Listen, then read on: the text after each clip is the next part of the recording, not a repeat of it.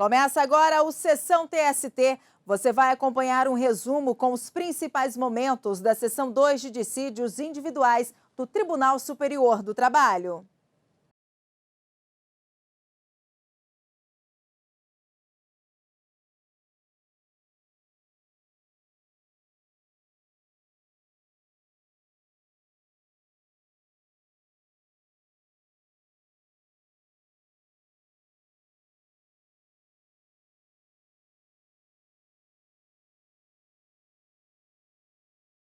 Podemos sentar.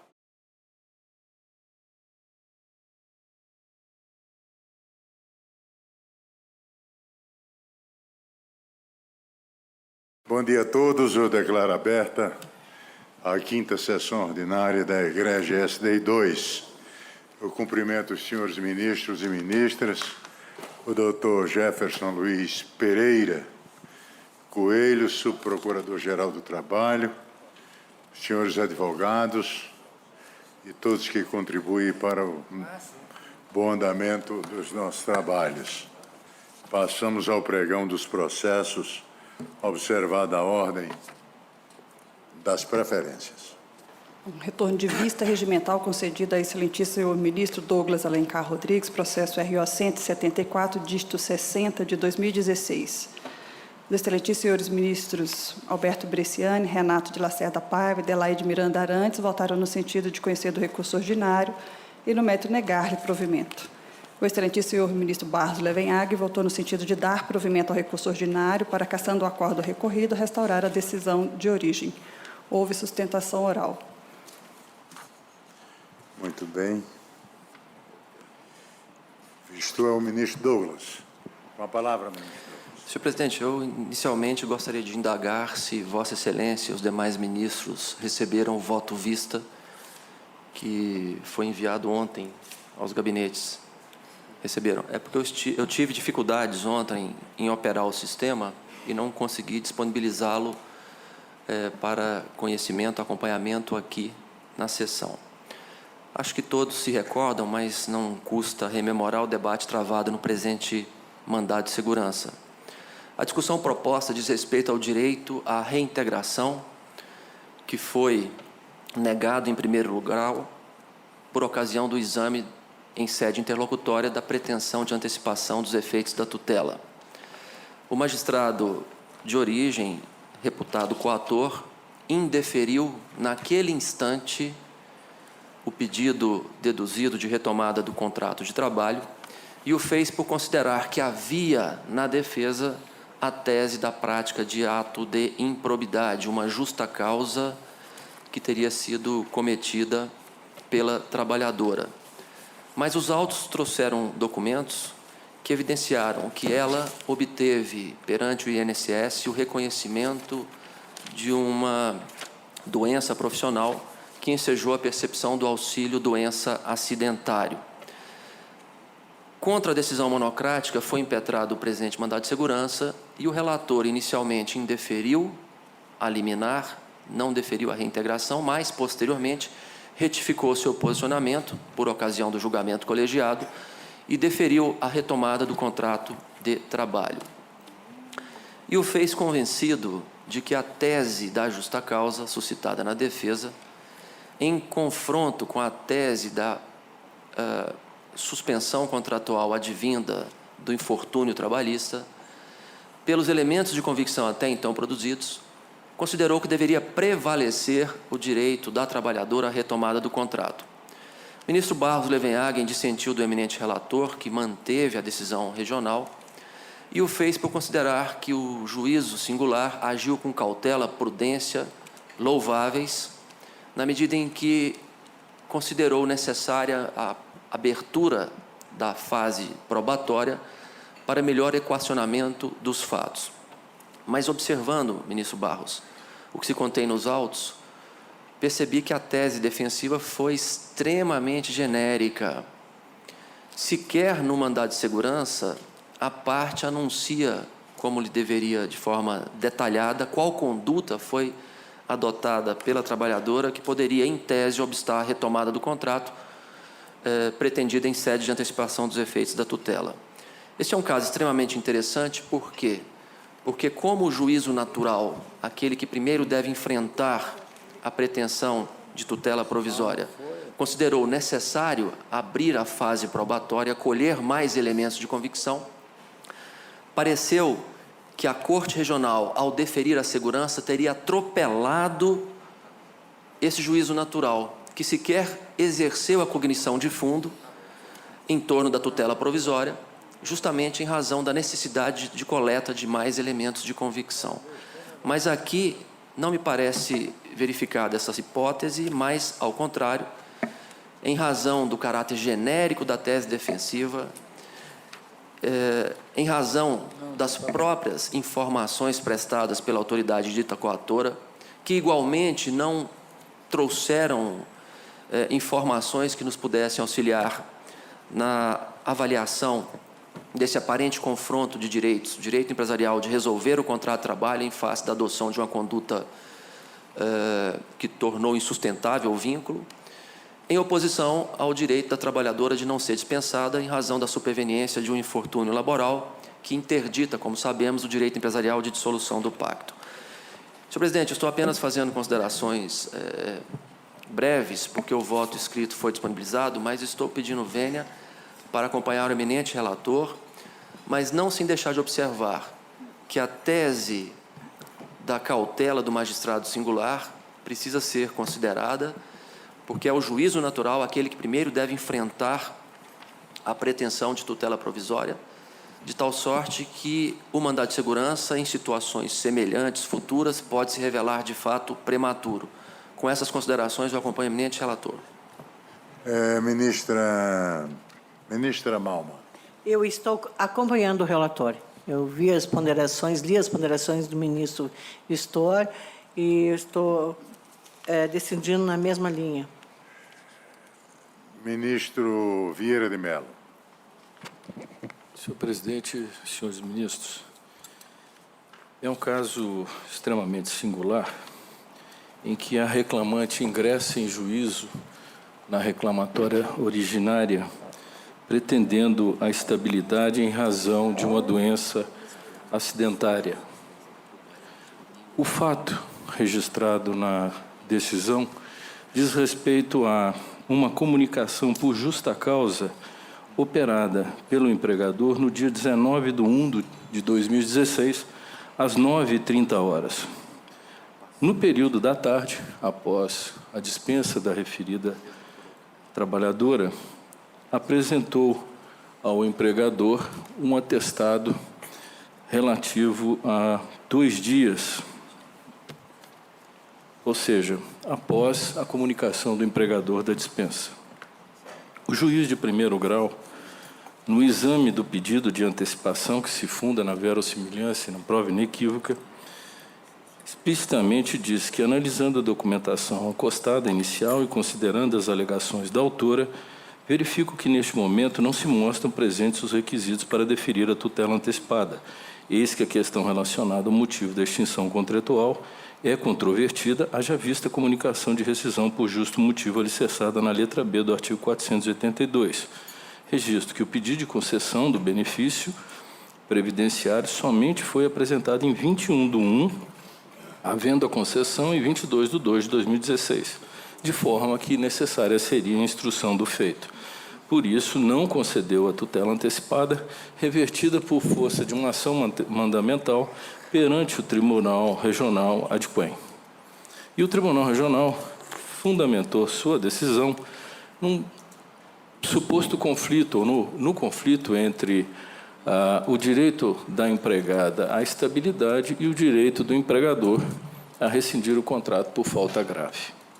O fato é, a meu juízo, inclusive vi o voto de Sua Excelência o eminente ministro Douglas, em que acentua o aspecto de que não houvera manifestação expressa com relação à justa causa, em razão da manifestação no mandado de segurança. Mas o curioso é que esse fato, para mim, era relevante para a análise da questão, porque não houve contestação.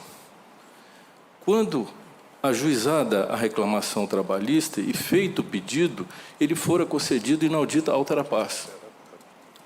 O banco reclamado, até então, não tivera a oportunidade de se manifestar. A primeira impugnação se dá na via do mandado de segurança, onde ele alerta, olha, há uma falta grave.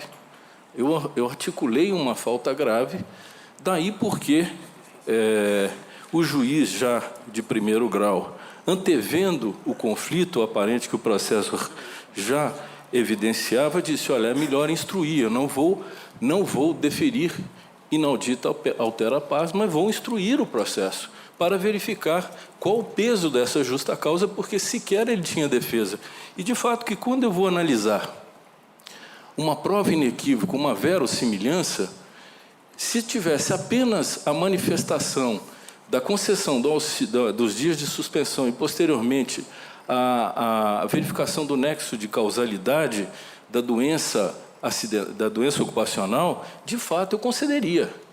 Mas o problema é que o juiz entendeu que não deveria fazê-lo naquele momento porque havia pouco. Havia uma necessidade de discussão relativa à situação da empregada. Agora, o mais interessante, nem na contestação poderia ter vindo a questão da falta grave, porque o pedido, ela não pede a reversão da justa causa, que ela já tinha ciência que fora despedida por justa causa. Ela pediu tão somente a estabilidade no emprego. Sequer manifestou regularmente para o juízo de primeiro grau que deveria, de boa-fé, sopesar o aspecto que ela tinha ciência prévia da dispensa por falta grave, que ela fora acusada e que ela sonegou ao juiz a informação da dispensa por falta grave. E o juiz, ainda assim, com essa prudência, não deferiu a fim de permitir uma melhor instrução do feito em face da situação processual. E o curioso é que, quando o mandado de segurança vai ao tribunal, ele reverte, mas aí vem a alegação de que, olha, ela foi dispensada no dia anterior. A licença, se começou no dia seguinte à dispensa da empregada. Já houve a ruptura contratual. E mais se agrava a circunstância no sentido de que, para o direito do trabalho brasileiro, e aí me refiro inclusive a uma obra clássica do Dorval de Lacerda, ele diz o seguinte, a falta grave, ela não faz com que, ainda que se cogite de uma causa relativa à suspensão contratual, férias, qualquer outra modalidade de interrupção ou suspensão, ela não obsta, porque, havendo a falta grave, ela é possível de ser aplicada a qualquer momento, ainda que eu esteja afastado. Então, de fato, a meu juízo, eu vou pedir vênia ao eminente relator e àqueles que o acompanharam para dissentir no sentido de acompanhar a divergência instaurada pelo ministro Barros Levenhagem, de molde a que afaste a reintegração que fora operada pela decisão do Tribunal Regional, restabelecendo o indeferimento da tutela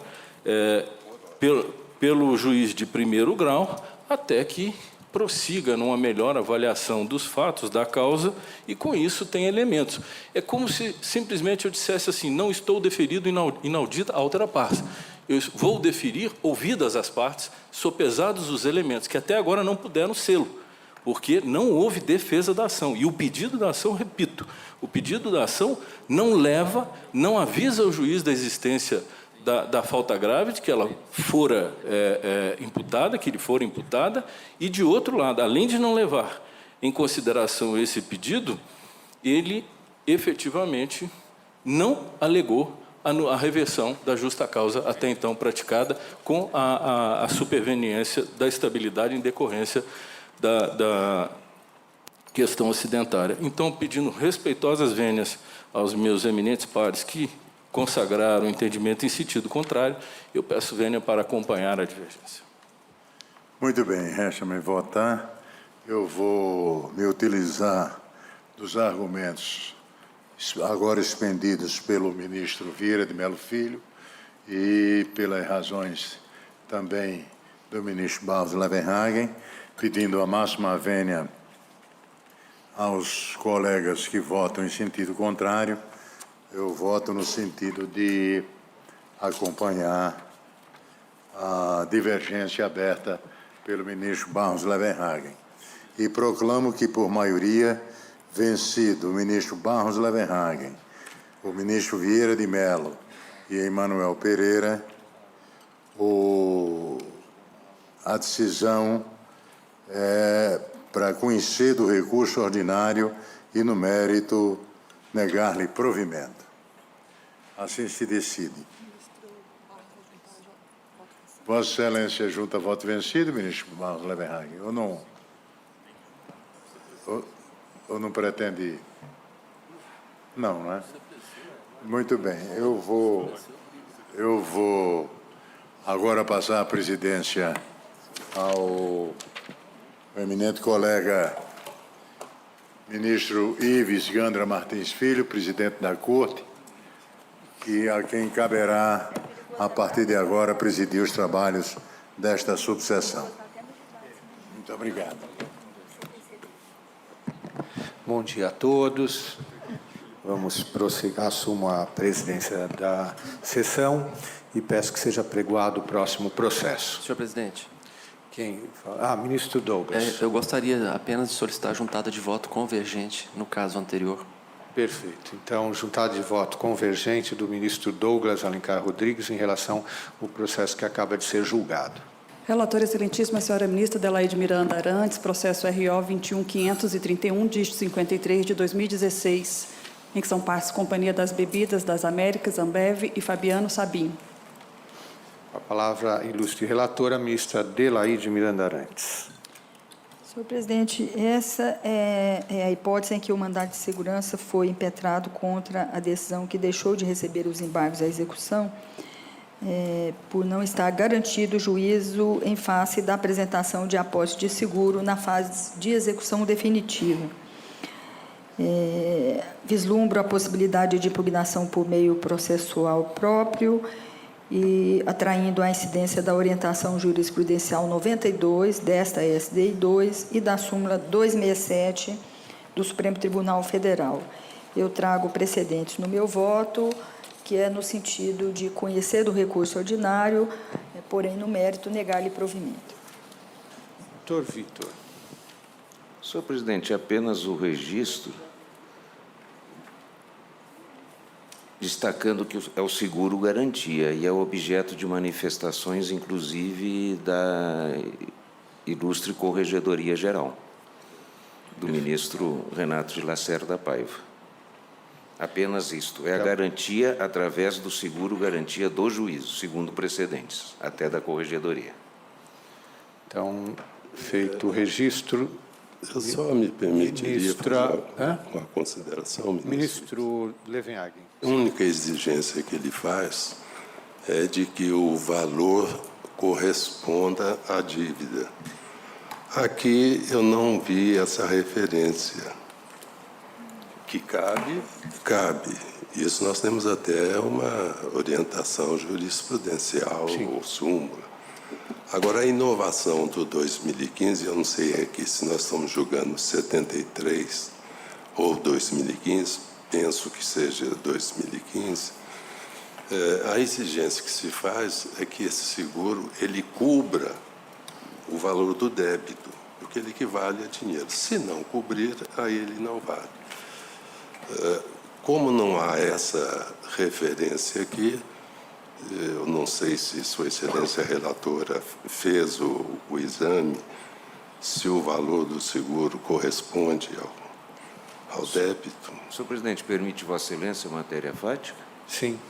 Não, Vossa Excelência pode fazer a sustentação. Não quis fazer, se quiser. Apenas alertando a matéria, em relação à indagação de Sua Excelência, o ministro Levenhagen, desde a inicial é indicado o seguinte: em valores arredondados, ministro, 281 mil, o valor total.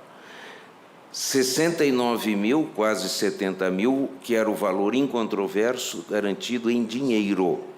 E o seguro garantia no valor de 257 mil. Perfeito. Está esclarecido? Está inferior? Está referido desde a petição inicial, ministro. Está inferior, estou lendo a petição inicial. Está inferior? Está inferior? Bem superior. Está superior, ministro. Está superior. Ficaria 70 mil mais 257 mil, sendo 281 mil a execução total, pelos dados da petição vestibular.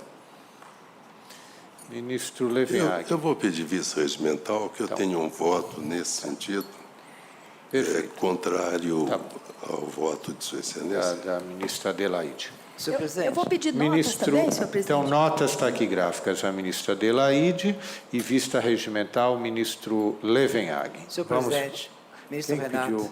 A ministra Renato, com a palavra. Eu peço vista também Sucessiva. simultânea, porque hoje com o processo eletrônico não há necessidade de ser sucessiva, Perfeito. né? Então, vista Mas simultânea. eu queria apenas brevemente justificar. Trata-se de processo da 4ª região, que me parece.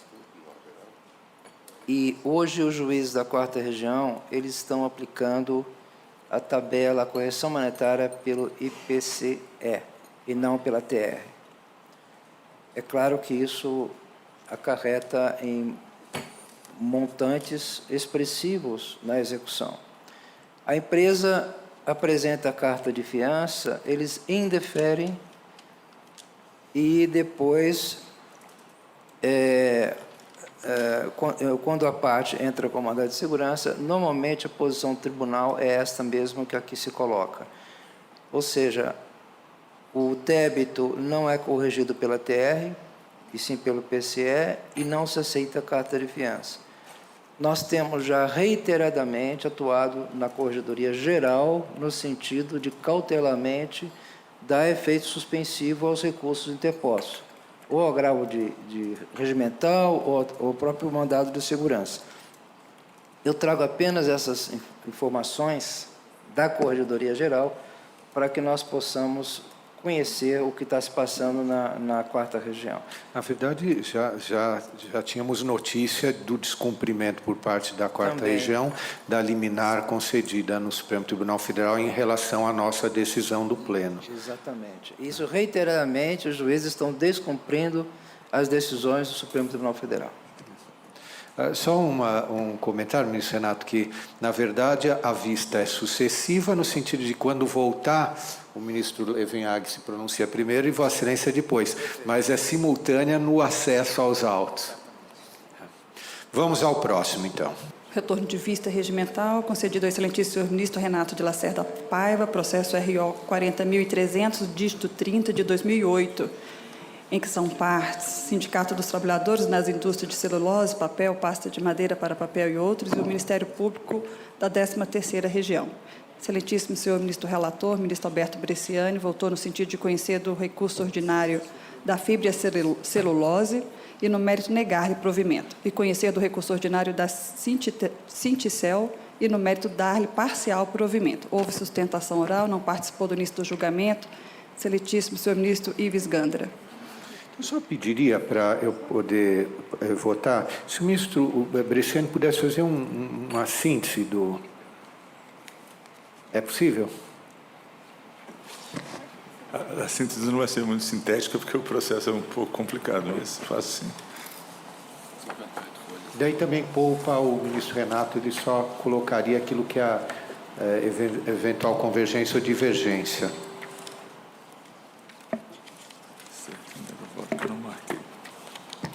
Presidente, o voto tem 58 Sua Excelência preferia o ministro Renato já apresenta tudo, mas com um relato do qual foi o ocorrido. Farei. E o buziles da questão.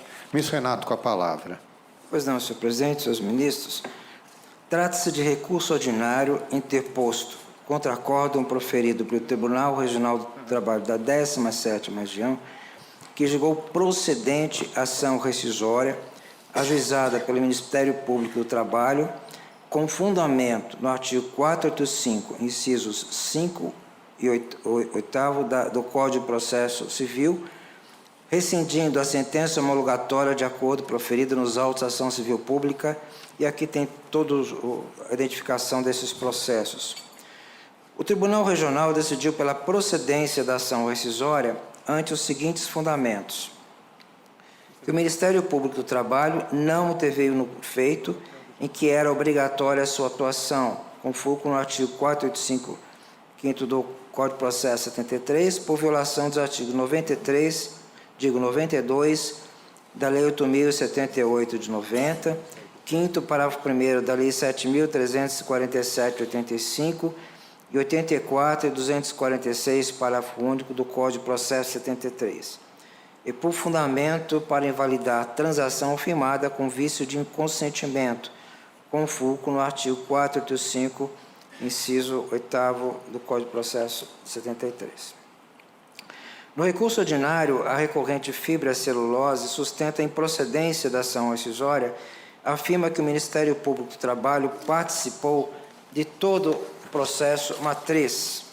Defende que, aspas, se houve alguma nulidade no processo, ela foi provocada pela omissão do MP e por ter ele considerado que a ação do sindicato como substituto processual, com pedido de adicional de insalubridade e periculosidade, não requeria a presença do MP, nem facultativamente, que dirá como litisconsorte necessário. Fecho aspas. Ressalta que a intervenção do Ministério Público na celebração do acordo não era obrigatória. Alega que a óbice processual ao pedido de corte rescisório da decisão, na medida em que sequer foi atacada a questão atinente à legitimação extraordinária do sindicato para ajuizar as ações originárias. Diz que, aspas, o sindicato não necessitaria da presença do Ministério Público do Trabalho nas ações em que intenta como substituto processual, seja para garantia de direitos individuais homogêneos ou quaisquer outros, fecho aspas, ante a ausência de previsão legal.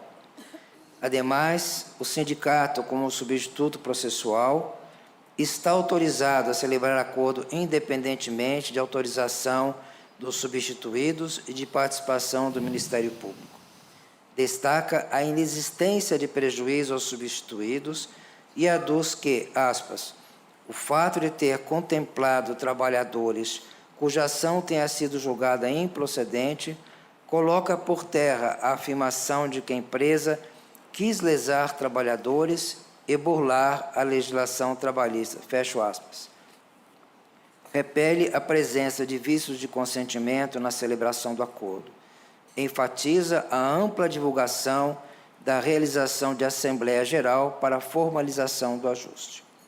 O sindicato também interpõe recurso ordinário, se insurgindo com relação à determinação pelo TRT de devolução dos valores recebidos no acordo homologado. Sua Excelência, ministro relator, nega provimento ao recurso ordinário da reclamada e dá parcial provimento ao recurso do sindicato para excluir da condenação a determinação de devolução à empresa dos valores pagos ao sindicato. Passo aqui a transcrição do que foi decidido no acordo recorrido, que eu não vou ler, que Vossa Excelência já tem acesso, e prossigo. O cerne da controvérsia gira em torno do fato de se tratar originalmente de ação coletiva interposta por sindicato em que se discutia direito ao pagamento de adicional de insalubridade e periculosidade, com realização de acordo homologado judicialmente, pondo fim ao litígio que abrangia 9 outras ações coletivas e contemplando 1.054 trabalhadores substituídos, onde, posteriormente, o Ministério Público do Trabalho ajuizou ação rescisória com fundamento no artigo 485, 5º do Código de Processo 73, alegando a ausência de sua intimação para atuar como fiscal da lei, e no artigo 485, 8º, com fundamento em vício de consentimento dos substituídos no acordo homologado judicialmente. Inicialmente, cabe analisar o primeiro fundamento pelo qual foi julgada procedente a ação rescisória, qual seja a de que o Ministério Público não interveio no feito em que era obrigatória a sua atuação, com fulcro no artigo 485, 5º do Código de Processo, por violação dos artigos 92 da Lei 8.078 de 90, 5º parágrafo 1º da Lei 7.347 de 85 e 84 e 246, parágrafo único do Código de Processo de 73. Como já exposto, trata-se de situação em que o sindicato autor da ação matriz, atuando na condição de substituto processual, ajuizou a ação coletiva, requerendo pagamento adicional de insalubridade e periculosidade para os empregados substituídos, como já referido. Eu estou aqui discorrendo a respeito da natureza da legitimação do sindicato, na hipótese dos autos, fazendo referência, ministro Ives, à obra de Vossa Excelência, Processo Coletivo do Trabalho, e prossigo. Desse modo, o sindicato, ao ajuizar a ação coletiva para a defesa dos direitos dos empregados de sua categoria, agiu na condição de substituto processual, como autorizado pela Consolidação das Leis do Trabalho e pela Constituição Federal, não se tratando da hipótese prevista na Lei 8.078/90, que trata de ações coletivas que objetivam a defesa do consumidor, devendo ser aplicadas subsidiariamente tão somente nos casos de omissão das normas de processo de trabalho, que não é a hipótese em questão. De outra parte, a análise acerca da aplicação ou não da norma contida no artigo 92 do referido diploma legal ao processo do trabalho, nos casos de ajuizamento de ação coletiva pelo sindicato, atuando como instituto processual, tem construção meramente jurisprudencial, cuja interpretação, até o momento, continua sendo passível de controvérsia. Nesse sentido, esta SDI 2, em sessão de 9 de 8 de 2016, em voto da lavra do ministro Barros Levenhagen, o qual juntei voto convergente, firmou o entendimento no sentido de flexibilizar o contido na súmula 83, incisos 1º e 2º do TST, restando firmada a tese no sentido de que o marco divisor para afastar a controvérsia acerca da interpretação de norma infraconstitucional é o momento do trânsito em julgado da decisão rescindenda, que a matéria já se encontra pacificada na SDI 1 e nas turmas do TST. Entretanto, em pesquisa realizada na jurisprudência do TST, observei que existe escassa jurisprudência acerca da questão nesta Corte, cabendo destacar os seguintes julgados. Um deles, o primeiro, é o TST AIRR 11.2300 da 8ª turma, de 6 de 11 de 2012, que diz: no caso vertente, o sindicato atua na qualidade de substituto processual, nos termos do artigo 8º, inciso 3º da Constituição Federal, não se enquadrando, portanto, na hipótese prevista no artigo 92 da Lei 8.078/90, o qual disciplina a atuação do Ministério Público como fiscal da lei nas ações coletivas que visam a defesa do consumidor. Outro precedente é de 2009, da ministra Maria de Assis Calcem, no seguinte termo: o reconhecimento da substituição processual do sindicato, nos termos do artigo 8º, 3º da Constituição Federal, não gera incompatibilidade com a atribuição da atuação do Ministério Público como fiscal da lei em lides que tratam de direitos coletivos ou individuais. Com efeito, a decisão da Corte afastou-se da dicção do artigo 92 da Lei 8.078/90, recurso em vista conhecido provido. Vejam que são dois precedentes completamente contraditórios e antagônicos da própria Corte Superior. Portanto, a pretensão rescisória calcada no artigo 485, 5º do Código de Processo, em razão de suposta ofensa aos artigos 92 da Lei 8.078/90, parágrafo 5º, parágrafo 1º da Lei 7.347/85 e 84.246, parágrafo 1 do Código de Processo, com relação à necessidade de intimação do Ministério Público para atuar como fiscal da lei nas ações coletivas ajuizadas pelo sindicato, encontra óbice na súmula 83. Eu trago aqui, fiz uma pesquisa na jurisprudência dos tribunais regionais, e o que verifico também que lá essa matéria não foi pacificada.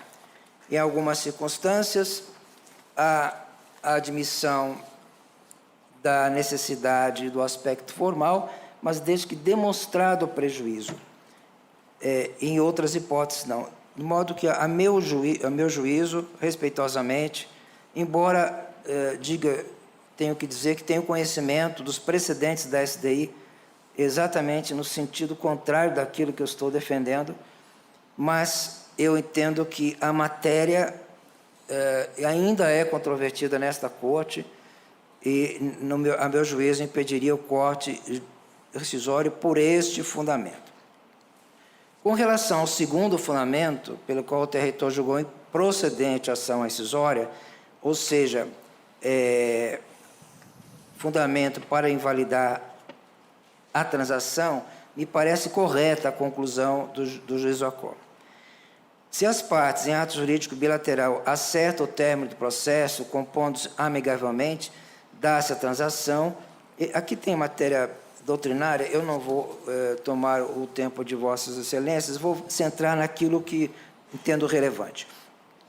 O TRT deixou expresso, ao analisar as provas dos autos, que há fortes indícios que indicam vício de consentimento na transação firmada, ao dispor, dentre outros argumentos, que antes de celebrar o acordo, que englobava 9 outras ações coletivas e contemplava 1.054 trabalhadores, substituídos para discutir o pagamento de verbas de caráter indisponível, adicional de insalubridade e periculosidade, o sindicato realizou assembleia para discutir os seus termos e a anuência ou não dos interessados, a qual não teve a divulgação necessária, eis que somente houve panfletagem na porta da fábrica e divulgação em um único dia de edital em jornal de nome A Tribuna, com conteúdo totalmente genérico e de difícil compreensão, destacando que, em decorrência disso, compareceram à Assembleia somente 395 votantes, num total de 1.054 substituídos, ou seja, 37,5% dos interessados, o que demonstra a ausência de concordância dos trabalhadores substituídos com os termos do acordo. Do valor total do acordo, R$ 6.228.176, o sindicato auferiu R$ 2.102.442, sendo que R$ 566.337 de honorários de advogado e R$ 1.536.084 a título de despesas diversas. E esse valor de despesas diversas puderam ser retidas pela empresa RES segundo termos fixados no acordo homologado, e que do valor do acordo repassado aos reclamantes, a grande maioria dos obreiros receberam entre R$ 1.000 e R$ 3.000, valores mínimos levando-se em consideração se tratar de ações em andamento há mais de 10 anos, com juros de 1% ao mês. Assim, entendo haver comprovação de vício de consentimento que autorize o corte rescisório. Então, nego o provimento ao recurso ordinário da fibra celulose e mantenho o acordo regional que julgou procedente a ação rescisória para invalidar a transação. Com relação ao tema restituição de valores, e aí, respeitosamente, eu peço vênia a Sua Excelência, o relator, para divergir. Note-se que o TRT, após julgar procedente a ação rescisória para desconstituir o acordo homologado judicialmente, determinou que o sindicato procedesse à devolução à segunda ré da importância comprovadamente recebida. Entretanto, Sua Excelência, o relator, vota no sentido de dar provimento ao recurso ordinário do sindicato para excluir da condenação a determinação de devolução à empresa dos valores pagos ao sindicato, sob fundamento de que a referida matéria somente pode ser apreciada por meio de ação de repetição em débito. Eu, respeitosamente, peço vênia para divergir. Cabe asseverar que, no presente caso, restou claro que, com a celebração do ajuste, a então reclamada acordou efetuar o pagamento ao sindicato reclamante das importâncias de R$ 566.337,88 a título de despesas processuais e honorários de advogado e de R$ 1.536.084,62 a título de pagamento de ressarcimento de despesas diversas, conforme restou expresso, inclusive na própria petição do acordo homologado judicialmente. Entretanto, com a procedência da presente ação rescisória, que acarretou na desconstituição do acordo homologado judicialmente, com fundamento em vício de consentimento dos trabalhadores substituídos, a consequência lógica e imediata daí decorrente é o retorno do status quo ante, por tratar-se, no caso, não de uma rescisão de sentença transitada em julgado, e aí sim a repetição se daria ação própria, mas de anulação de um ato jurídico, o qual seja transação homologada judicialmente. Desse modo, deve-se restituir os valores pagos ao sindicato autor da ação trabalhista original, tendo em vista a aplicação do princípio da vedação do enriquecimento ilícito, artigos 182 e 876 do Código Civil, que eu transcrevo. Desse modo, entendo possível a determinação de restituição dos valores pagos ao sindicato autor dos próprios autos da presente ação rescisória, restando desnecessário futuro ajuizamento de ação de repetição de débito, tendo em vista não tratar-se o caso de típica ação rescisória, onde há rescisão de sentença transitada em julgado, mas sim de anulação de ato jurídico, efeitos de anulação, qual seja a transação homologada judicialmente, a qual acarreta como consequência lógica a restituição das partes ao status que antes se encontravam. De modo, senhor presidente, a minha divergência é apenas parcial.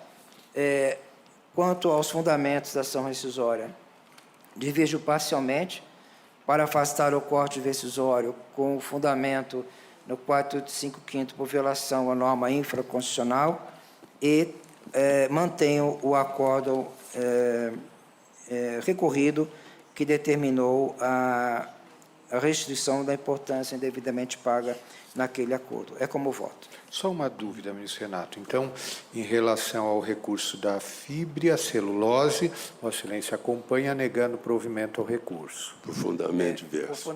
Apenas por um dos fundamentos. Sim, que por são fundamento dois, diverso, mas... por um fundamento apenas. Sim, mas quer dizer, do ponto de vista de conclusão, a divergência nesse ponto é de fundamentação. Isso. Em segundo lugar, quanto ao recurso do Sinticel, Vossa Excelência está acompanhando. Não, eu nego o provimento. Então nega provimento. Essa era a minha dúvida. Então está negando provimento. Então, no primeiro recurso é divergência de fundamentação, no segundo é da própria conclusão. Ministro Alberto, com a palavra. Senhor presidente, os fatos são exatamente esses, como não poderia deixar de ser, os declinados pelo ministro Renato. Eu vou pedir vênia à Sua Excelência para manter as minhas conclusões, por razões que eu pediria também permissão para reiterar muitíssimo rapidamente nesta assentada. É que, no caso dos autos, o que se discute é o merecimento de adicionais de periculosidade e de insalubridade, e são parcelas que, por si, autorizariam o ajuizamento de ação civil pública. O sindicato teria, com apoio no artigo 8º, inciso 3 da Constituição Federal, a possibilidade de ter optado por nomear as ações coletivas. O ministro Renato reitera essa denominação por muitas vezes, e é o caso dos autos, poderia tê-las denominado, sim, ações civis públicas, diante do objeto que buscavam. Acredito que as ações coletivas, todas elas, no gênero, e aqui eu vou me reportar à doutrina do ministro Douglas Alencar Rodrigues, descendem com um nome muito apropriado de medida do direito inglês, Bill of Peace, e é exatamente este o resultado que se busca com as ações coletivas, é a pacificação, a utilização de um remédio tranquilizador para a sociedade, e seria este o objeto, então, da intervenção nos fatos do sindicato que atuou no processo. O que acontece? O Ministério Público maneja a ação rescisória insurgindo-se contra a falta de intimação para manifestação sobre os acordos que foram celebrados, acordos que alcançaram valores efetivamente ínfimos. E qual é a defesa que vem aos autos. O Ministério Público foi sim intimado e renunciou a manifestar-se com relação a este aspecto, o aspecto da conciliação. Então, sequer a empresa envolvida contesta o cabimento de manifestação do Ministério Público no caso dos autos. E assim se afirmou, inclusive, da tribuna em assentada anterior. Com relação à controvérsia possível, com base na súmula 83, de fato, a jurisprudência nesta Corte é escassa, detectam-se 2 acórdãos turmários, mas o fato é que a SDI 1, em muitíssimas situações, tem entendido aplicáveis às leis número 8.078 de 90 e 7.347 de 85 aos sindicatos, mesmo quando atuam como substitutos processuais em ações coletivas. E aqui eu trago precedente da lavra do eminente ministro Caputo Bastos, julho de 2016, SDI 1, em que afirma que, nos termos do artigo 104 do CDC, os efeitos ultrapartes decorrentes da eventual procedência dos pedidos formulados na ação coletiva não se estenderão ao autor da ação individual que não tenha optado pela suspensão do processamento do feito, apesar de ciente da existência da ação coletiva. Ainda outro, o sindicato, na qualidade de substituto processual, honorários advocatícios, aplica-se ao sindicato, quando autor de demandas coletivas, as disposições do Código de Defesa do Consumidor e da Lei da Ação Civil Pública, que fazem remissão ao Código de Processo Civil como norma subsidiária de aplicação às demandas coletivas quanto aos honorários advocatícios. Precedente do ministro Augusto César Leite de Carvalho, de 19 de agosto de 2016. Legitimidade ativa de causa do sindicato, substituição processual, direitos individuais homogêneos. Processo relatado pelo ministro José Roberto Freire Pimenta, ainda na SDI 1, fazendo remissão e o cabimento de aplicação da Lei 8.078 de 90. Então, por isso, me parece, senhor presidente, senhoras ministras e ministros, que a súmula 83 não seria suficiente a afastar a possibilidade de pesquisa das violações apontadas, inclusive porque não subsistem dúvidas quanto à interpretação dos artigos 5º, parágrafo 1º da Lei 7.347 de 85, 84 e 246 do CPC de 73, também evocadas nesta ação rescisória. Eu mantenho estes fundamentos, então. Com relação à questão alusiva à restituição, o fato é que o valor cobrado ou pago ao sindicato, e agora cobrado, decorreria de contrato de prestação de serviços, cuja validade não foi objeto da ação rescisória. Então, não emito nenhum juízo quanto ao merecimento ou não da restituição. Apenas afirmo que não seria via cabível por este fundamento e me reporto precedente desta subseção de novembro de 2016, da lavra do ministro Vieira de Mello, que reafirma este fundamento. Por isso, muito rapidamente, cumprimentando o ministro Renato, como sempre, eu mantenho o meu voto. Perfeito. Então, o ministro Renato diverge parcialmente. Como vota a ministra Adelaide? Senhor presidente, pelos mesmos fundamentos que o nobre relator elaborou o seu voto, que está disponibilizado aqui na tela e que ele agora acaba de reafirmar, eu peço vênia de divergência e acompanho o relator. Ministro Douglas. Senhor presidente, hoje nós temos mais 3 casos, salvo engano, que veiculam tema semelhante a um desses temas semelhantes tratados na presente ação rescisória. São 2 os fundamentos, a matéria foi posta já esclarecida a exaustão, mas já julgamos recentemente, reconhecendo a ineficácia, a invalidade de transações homologadas em juízo em ações civis coletivas, quando o Ministério Público não é instado a se pronunciar, como prescrevem a Lei da Ação Civil Pública, o Código de Defesa do Consumidor. São vários os precedentes nesse sentido. Em relação ao segundo fundamento da ação rescisória, inciso 8 do artigo 485 do Código de Processo Civil, a questão de fundo é extremamente relevante. qual é o alcance do poder conferido aos sindicatos pela ordem jurídica, não para negociar coletivamente, criar, inovar nas relações de trabalho, mas para transigir direitos concretos, individuais homogêneos, pertencentes a trabalhadores substituídos processualmente ou mesmo integrantes da categoria, mas não sindicalizados. Esse tema é candente, é atual e há julgados do Superior Tribunal de Justiça, também do Supremo Tribunal Federal, que de maneira muito taxativa, clara, afastam qualquer poder de disposição ao sindicato quando atua na condição de substituto processual. Para celebrar transações em nome dos trabalhadores representados ou substituídos, é preciso que haja autorização expressa. E no caso concreto, os autos trazem diversos dados fáticos relevantes, mostrando que, por exemplo, numa assembleia compareceram 395 trabalhadores de um universo de 1.054 e 291 votaram favoravelmente ao acordo.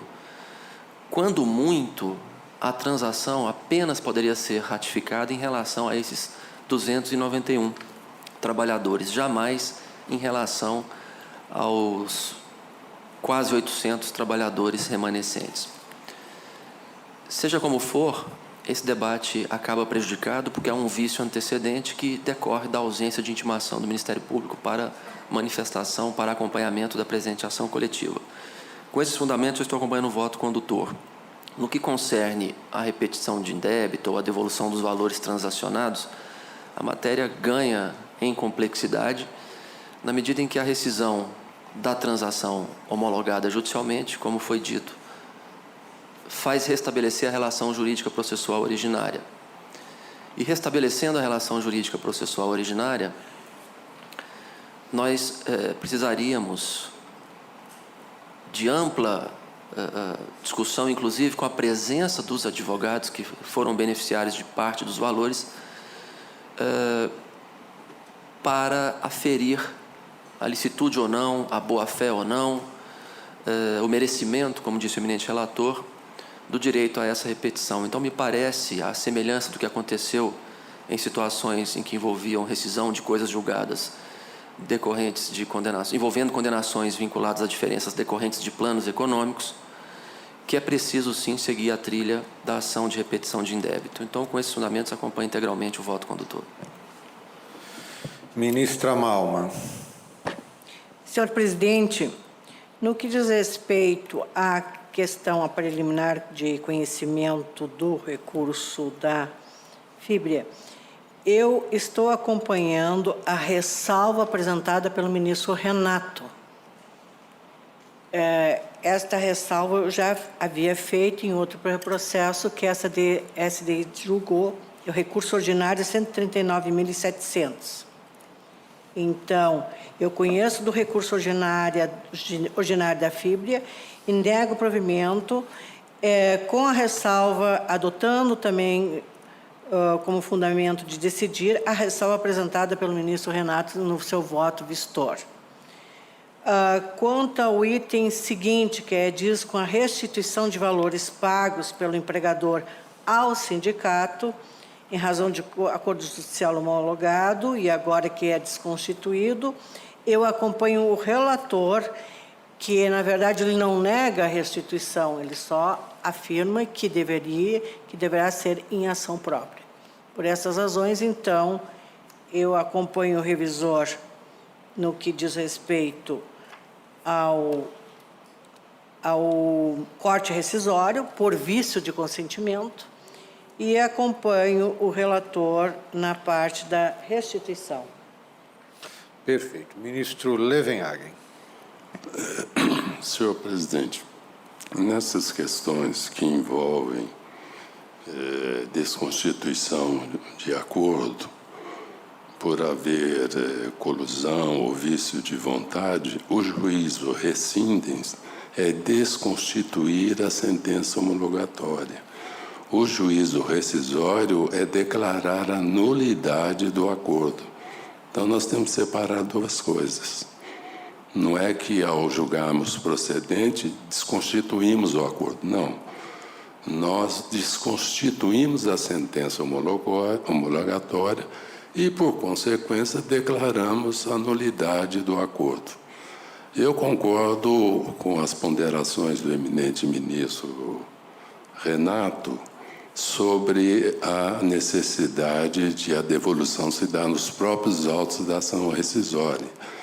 Não só por esses fundamentos, exatamente porque o juízo rescisório é a anulação do ato, o ato de composição por vício de vontade, mas acresceria que nós poderíamos aplicar, por similitude temática, o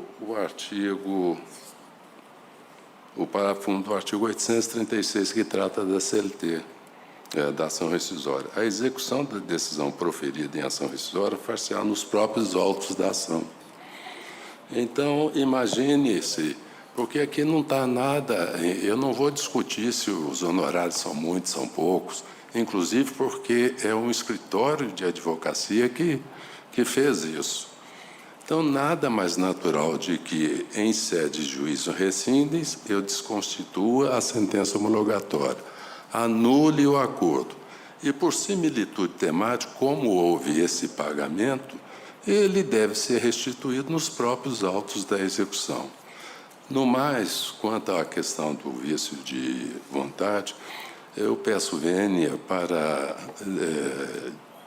acompanhar também Sua Excelência.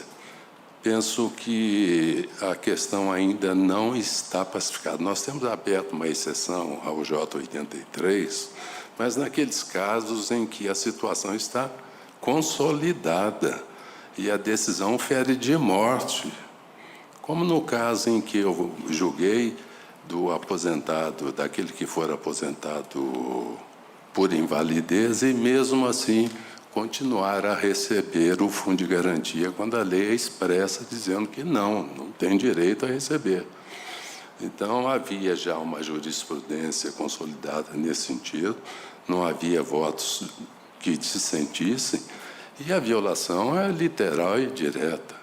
Aqui não há essa situação. Nós estamos ainda palmilhando em que condições nós vamos. Aplicamos o Código de Defesa do Consumidor para atrair, não aplicamos, qualquer que seja o objeto da ação movida pelo sindicato de classe na condição de substituto processual, há necessidade de intervenção do Ministério Público do Trabalho.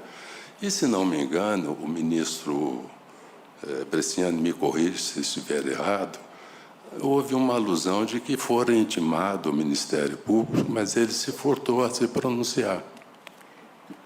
Parece que li no voto de Vossa Excelência que ele foi intimado, mas renunciou. Se eu não estou enganado. Só com relação aos contornos. De fato, a empresa alega que houve a intimação, mas não houve com relação ao acordo. Houve em outros momentos. Mas para mim é suficiente, porque foi intimado para a ação e cabe ao Ministério Público acompanhar a ação. Então, ele é intimado. E depois chega em determinado ato processual, ele não comparece, não opina, não é problema da empresa. O pressuposto foi atendido, ele foi chamado, foi intimado. E é intimado para quê? Para acompanhar todo o processo. Então, com essas brevíssimas considerações e com um acréscimo de fundamentação na parte da devolução, mas estou acompanhando também com essa distinção. Juízo rescindes é desconstituir sentença homologatória. Juízo rescisório, declarar nulidade. Aí volta ao status quo ante e se paga. E como acréscimo, como é uma ação rescisória, se poderia também invocar o parágrafo único. Por isso, pedindo vênia ao ilustre relator e aqueles que o acompanham, eu voto com a eminente divergência do ministro Renato Lacerda Paiva. Integralmente, né? Ministro Emanuel Pereira. A matéria está bem debatida. Eu vou pedir vênia ao eminente relator e vou acompanhar a divergência aberta pelo ministro Renato, inclusive e sobretudo em relação ao segundo fundamento. Perfeito. Ministro Vieira de Mello Filho. Senhor presidente, senhores ministros, hoje realmente nós temos alguns casos extremamente delicados em questionamento.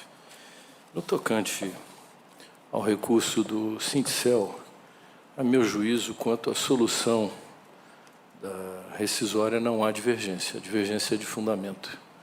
E eu não vou nem colocar fogo na controvérsia, citando aquela discussão do professor Marinoni a respeito da autonomia dos pedidos e um sistema de precedente, o que se levaria em conta o julgamento dos fundamentos para a raça decidente ou do resultado. Mas o nosso sistema hoje ainda configura o resultado do julgamento. De outro lado, também não dissentiria da necessidade de intimação do Ministério Público, porque se ele foi intimado para os atos processuais, ele deveria sê-lo para todos os atos processuais. E, mais importante, para o ato decisivo do processo, que era o ato que extingue a relação jurídica processual. Por esse fundamento, eu já estaria também acompanhando Sua Excelência, o ministro Alberto Bresciani, e também não dissentiria do reforço de fundamentação increpado pelo ministro Renato Lacerda Paiva quanto à necessidade de preservação do resultado do julgamento no recurso do Sindicel. Por isso que não vou me prolongar no exame dessas questões, estou acompanhando Sua Excelência, secundado, reforçado com os fundamentos expostos pelo ministro Renato. O ponto de divergência, o ponto de dissensão diz respeito à devolução ou não dos valores. O ministro Leviagem pontuou, com sua correção de sempre, a distinção entre o juízo rescindente e o rescisório. Aqui é desconstituição, desconstituímos. Por quê? Porque o acordo é nulo. Qual a consequência?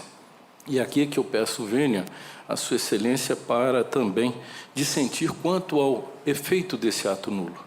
Primeiro que isso vai nos remontar a uma discussão que nós teremos à frente, que não será fácil, diante do novo Código de Processo Civil, que é a necessidade de anulatória ou rescisória para a desconstituição ou anulação da transação judicial homologada pelo juiz. E esse vai ser um fato futuro que tem consequência nisso e vai levar a uma reflexão por força do que nós decidimos aqui também à frente. Porque nós vamos ter que confrontar se no futuro caberá ação anulatória para desconstituição, anulação desses acordos ou ação rescisória. O ato jurídico que leva a efeito uma transação, ele é um negócio jurídico de direito material e ato jurídico. É as duas coisas. E essa discussão se prolongou como uma sentença processual imperfeita, porque necessariamente não havia uma discussão da res em judício deduta por seus fundamentos apresentados com inicial e defesa. E a doutrina discutiu isso longamente, que natureza seria. Mas hoje, com o novo Código, se sabe mesmo, é uma sentença de mérito. É uma sentença de mérito aquela que decorre de uma transação. Mas, se nós levarmos em consideração a situação dos autos, se eu vou voltar ao status quo ante, eu tenho uma singularidade. E é por isso que naquela ação anterior, embora eu tivesse me referido naquele caso à repetição de indébito, porque ninguém se manifestara, e era até a antiga jurisprudência que depois restou superada pela própria ação, poderia até acrescentar, houve uma evolução mesmo, a própria ação. Agora, o que se entende por própria ação? Porque ainda que aqui se fale, olha, é uma transação judicial, eu tenho um problema, porque quando eu desconstituí, tornei nulo o acordo, a ação voltou a andar. E é por isso que ela tem que ser executada na ação originária, e não num tribunal regional, que seria a instância originária e atrairia uma competência executiva para uma corte ad quem. Promover a execução desses valores num contraditório absolutamente circunspecto. Vamos imaginar que na ação originária, na ação coletiva, são 10 ações coletivas aqui questionadas, 10, que, desconstituído o acordo, elas voltam a tramitar. E vamos dizer que haja condenação. Se houver condenação, esses valores não poderiam ser compensados, evitando por uma questão judiciária, de política judiciária tormentosa, uma situação dramática de promover-se uma execução no Tribunal Regional do Trabalho contra um sindicato e, ao mesmo tempo, condenar a empresa a pagar ao próprio sindicato, em outra ação, os valores referidos àquela nulidade. Então, eu penso o seguinte, se é para voltar ao status quo, esse é o caso típico, que deverá ser executada nos próprios autos originários das ações coletivas, inclusive são 10. Eu estaria reunindo numa ação rescisória um juízo universal de 10 ações, para que fosse feita uma execução com relação a 10 ações, enquanto que elas vão se instaurar no seu regular procedimento e prosseguimento até as decisões definitivas e, em seguida, aí sim, serão feitas as necessárias execuções ou não decorrentes desse ato. Por isso que o ato de transação é extremamente complexo. Extremamente complexo. Nós não podemos analisá-lo pela sua aparente forma jurídica de um mero ato. Porque, veja, na própria discussão que surgirá agora, havia aquela ideia, bom, se é um ato de mera homologação formal, então caberia anulatória. Bom, mas se é um ato que realmente houve uma controvérsia, etc., e pôs fim à lide, é um ato que vai ao conteúdo do negócio jurídico. Não é o momento de fazê-lo. E penso aqui que o status quo ante, é o prosseguimento da execução e em cada uma delas será feita a necessária avaliação. Então, eu pedindo vênia, eu acompanho o eminente ministro Alberto Bresciani, pedindo vênia ao ministro Renato, e por esses fundamentos, até para que tenhamos uma estabilidade dessas relações, porque se ela já estava complicada com essa rescisória, ela vai terminar mais complexa do que começou. Então, peço vênia e acompanho Sua Excelência. Perfeito. Só cabe a mim votar. Eu estou acompanhando, pedindo vênia ao relator, estaria acompanhando integralmente o ministro Renato, e estava me lembrando agora, quando o ministro Levenhagen comentava da alteração em relação à ação rescisória, que hoje é possível você executar, receber a repetição do indébito na própria rescisória, que quando não era possível, quando ingressamos aqui no tribunal e ingressamos diretamente na SDI 2, nós tínhamos essa dificuldade, não era possível fazê-lo, e o que acabava acontecendo? Acabava o processo se dilatando, tendo que haver uma ação própria para a repetição do indébito, quando o que nós queremos é exatamente a celeridade processual, e todos os que participaram da relação na ação rescisória já estão perfeitamente cientes do seu resultado e aquilo que é devido ou indevido. Então, se faz a repetição. Então, eu proclamo que, por maioria de... Quem pediu a palavra? Apenas uma dúvida de caminhamento. Porque o que eu entendi que o ministro Vieira de Mello abriu uma terceira corrente. Porque Sua Excelência, o relator, remete para a via própria, ou seja, uma nova ação cognitiva. Nós... Está entendendo que seria na própria ação originária. Ministro Vieira vai esclarecer. Responder ao ministro Renato. Na verdade, não. O eminente relator diz o seguinte, não houve pedido, e citando um precedente anterior, diz assim, não havendo pedido, não tem que decidir, e naquele precedente se remetia à repetição de indébito. Ou seja, ele está dizendo que não houve pretensão. E por isso ele está dizendo, não vou entrar nessa discussão. Eu estou indo um pouco mais além. Quando ele diz que não vai entrar, automaticamente se faz lá. E eu reforço o fundamento de Sua Excelência dizendo, deverá ser feito lá. Não há como proceder, ainda que a lei recomende, ou possibilite, a execução na própria ação rescisória. Imagine-se o tribunal executando 10 ações no seu âmbito nessa circunstância. Não, porque o que vai acontecer é que a ação tem que andar normalmente. A ação vai prosseguir. As 10 ações terão seu feito naturalmente adiantado em razão do que aqui se decidir. Por isso que não há incongruência permissa vênia com o que decidiram o eminente relator. Eu estou esclarecido, senhor presidente. Estou esclarecido. Tá, então, seria, na verdade, no própria ação originária, se procederia à repetição do indébito. Ministro, eu não estou ouvindo, ministro Levenhagen. A ideia é essa mesma. Quando nos próprios autos da execução da ação rescisória, mas evidentemente que isso daqui é valor incontroverso. Sim. Não vai haver No discussão. fundo, a porque o depósito divergência foi feito. se vai ser na adição originária ou se vai ser na ação rescisória.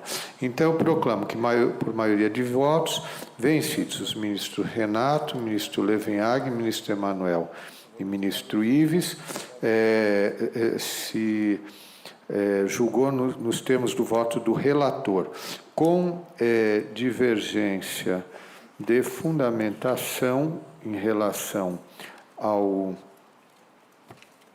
a questão do recurso da fibra celulose, do ministro Renato. A ministra Maria Helena também está aqui divergindo de fundamentação, ministro Barros Levenhag, ministro Emanuel e ministro Ives Gandra. 1, 2, 3, 4, 5. Então, na verdade, a fundamentação, a prevalecente foi a fundamentação do ministro Renato. Então, vamos ao próximo. Junta a voto vencido, ministro Renato? Sim, senhor presidente. Tá, então aderimos ao voto de Vossa Excelência. É só na restituição, né? Vossa Excelência não divergiu também na fundamentação, no primeiro item, não? Não, acompanhei, Sua Excelência. Então deixa eu tirar aqui.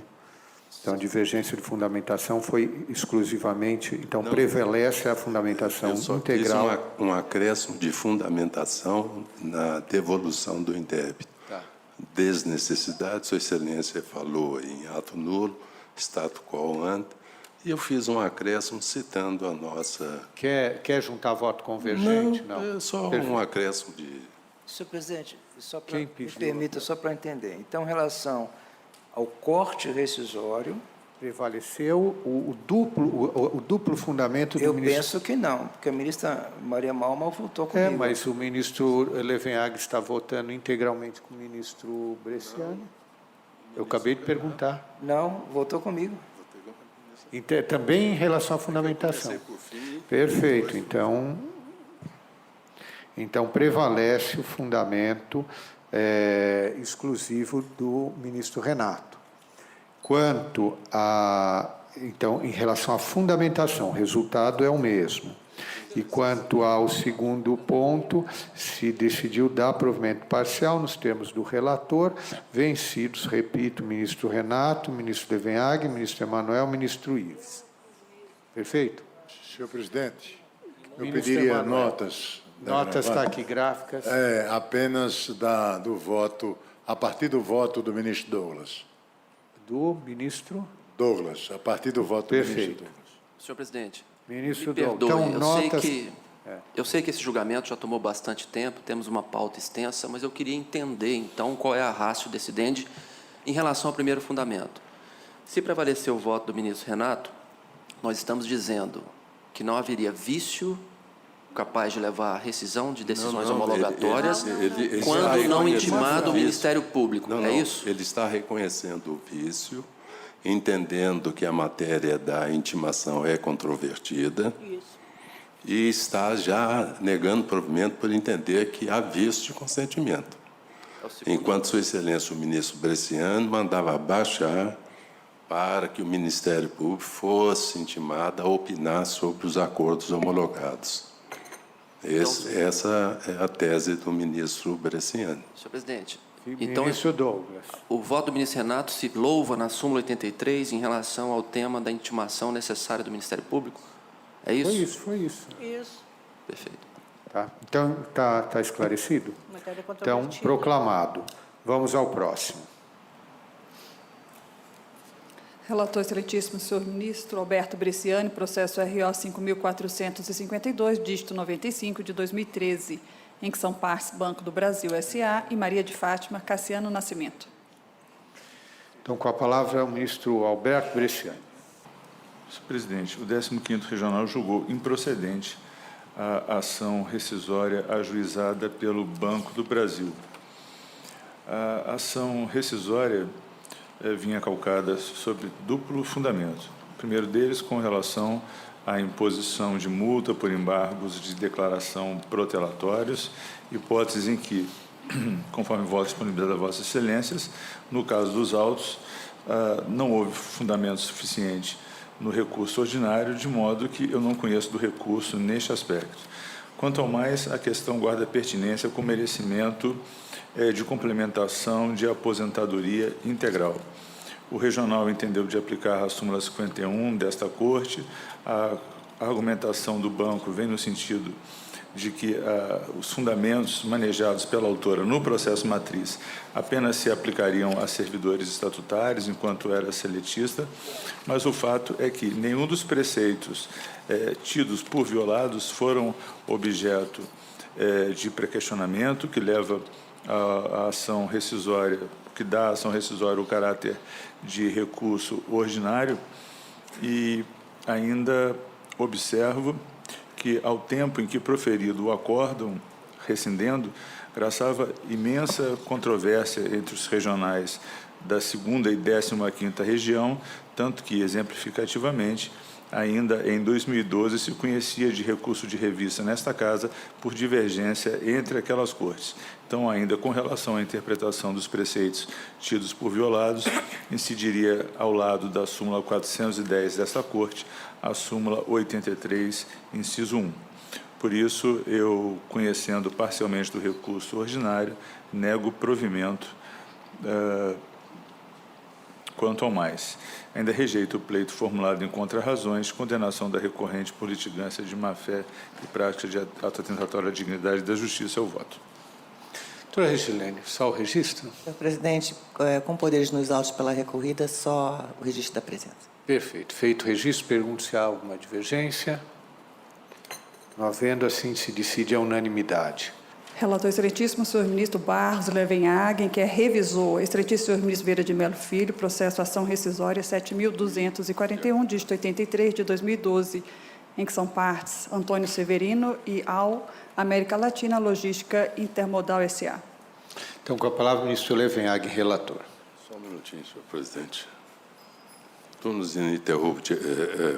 Assento que a rescisória ao tempo do Código 73 e percebe-se que a decisão rescindente não violou a literalidade do dispositivo constitucional, mas, ao contrário, está em consonância com a pacífica jurisprudência dessa Corte, consubstanciada na súmula 423, segundo a qual, estabelecido jornada superior a 6 horas e limitada a 8 horas por meio de regular negociação, os empregados submetidos aos turnos de revezamento têm direito a pagamento das 7 horas.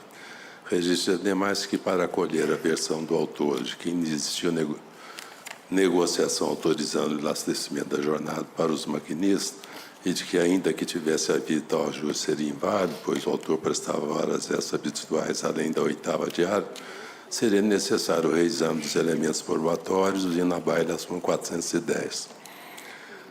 Erro de fato não configurado, porque houve manifestação judicial, e a proposta de voto rejeitar essa preliminar distinção do processo sem resolução do mérito, por ausência de depósito prévio e da ausência de pré-questionamento arguído na contestação, que na realidade é questão de fundo. No mérito, nem no mérito, julgar improcedente a ação rescisória. Custo de honorário advocatício pelo autor dispensado o pagamento por ser beneficiário da justiça gratuita. Esse é o voto. Ministro Vieira de Mello Filho, revisor. Senhor presidente, eu estou acompanhando o ministro relator.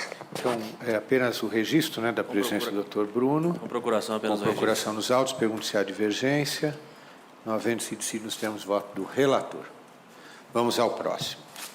Relator excelentíssimo, senhor ministro Douglas Alencar Rodrigues, processo RO 20.003, dígito 76 de 2012, em que são partes João Bosco Rocha Melo e Petróleo Brasileiro S.A. Petrobras.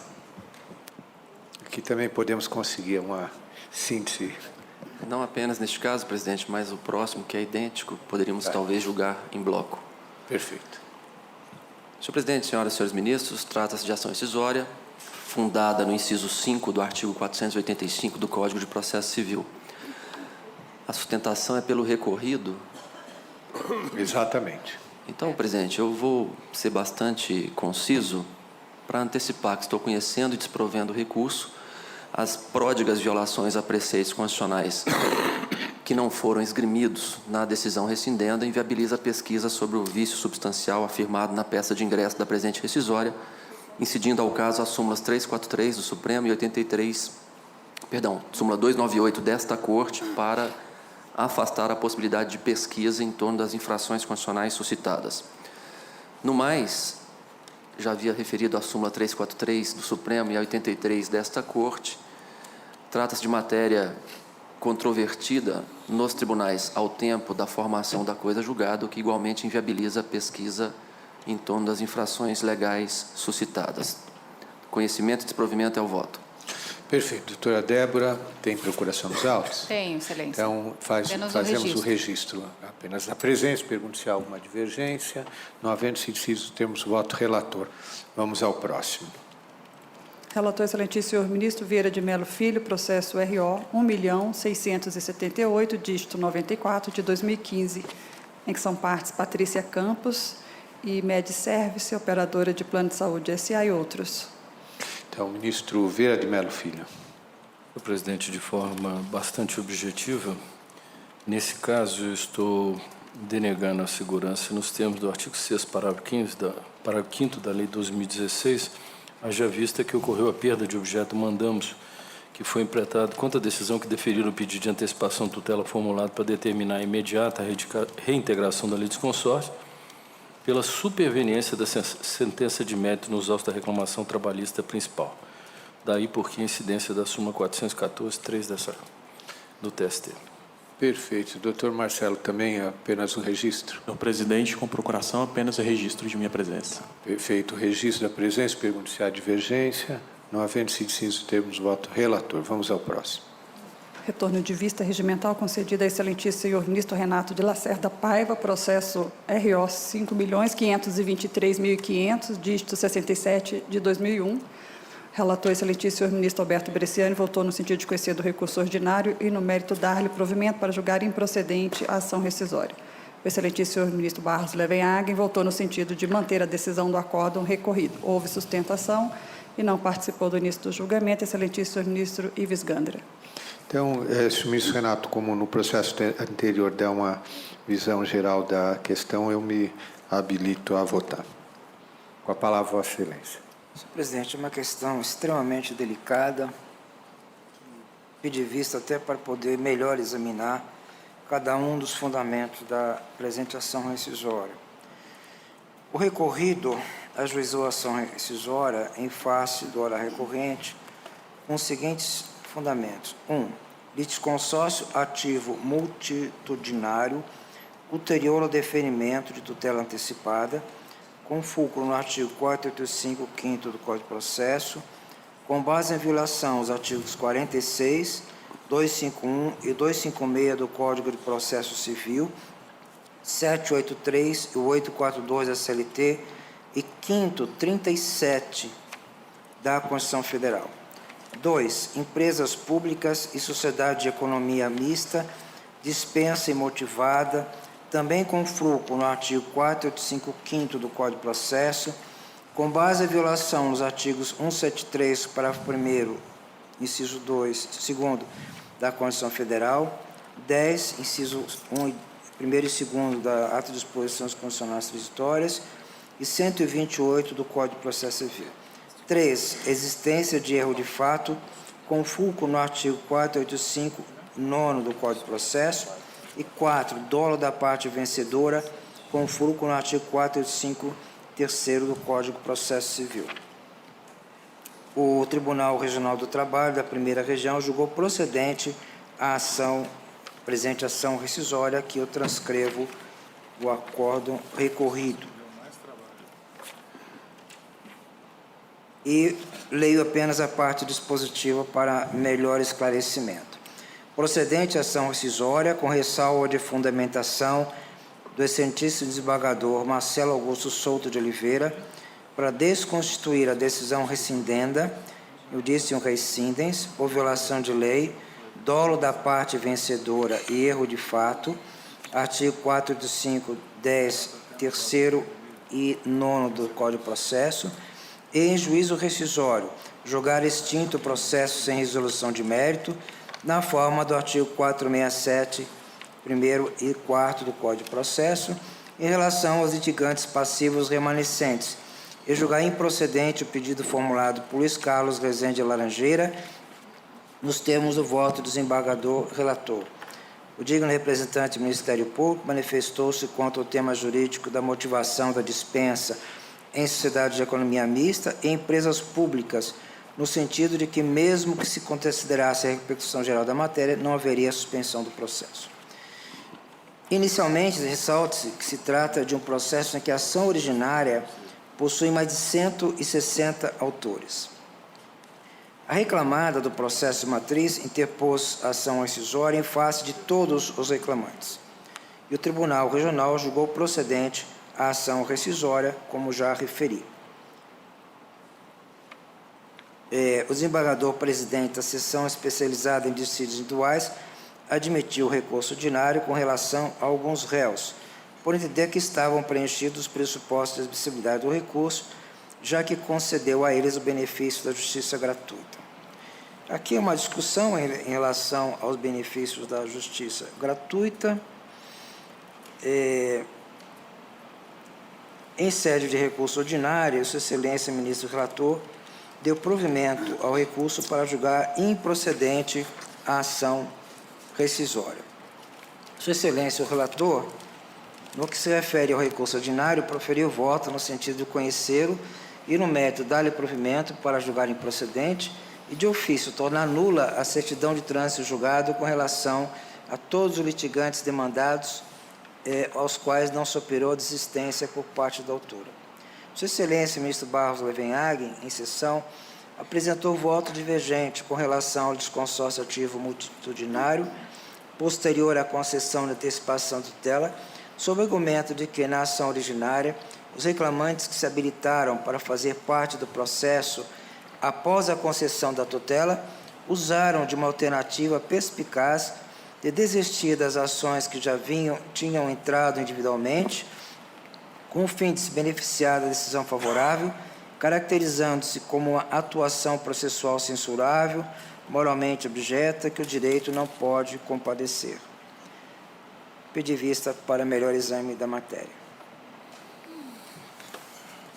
Relativamente ao tema de desconsórcio ativo multitudinário, ulterior ao deferimento tutela antecipada, cabe observar que a decisão rescindenda consigna contra o tópico de desconsórcio o seguinte: improcede a pretensão da recorrente, uma vez que o direito pleiteado por todos os reclamantes decorre do mesmo fundamento de fato e direito, a teor dos incisos 2 e 4 do artigo 46 do Código de Processo Civil. Já o TRT entendeu pelo corte rescisório, a partir, conforme já referi anteriormente. Portanto, a decisão regional entendeu pela violação do artigo 5º, 37 da Constituição Federal, por afronta ao princípio do juízo natural, através da análise da prova documental produzida nos autos. Verificou os termos da petição inicial e da contestação para, ao final, concluir que já havia sido deferida tutela antecipada de reintegração do primeiro autor, possibilitando aos demais desconsortes a escolha do juízo favorável à pretensão, o que, a toda evidência, viola o princípio da livre distribuição das ações, que visa garantir o princípio do juízo natural.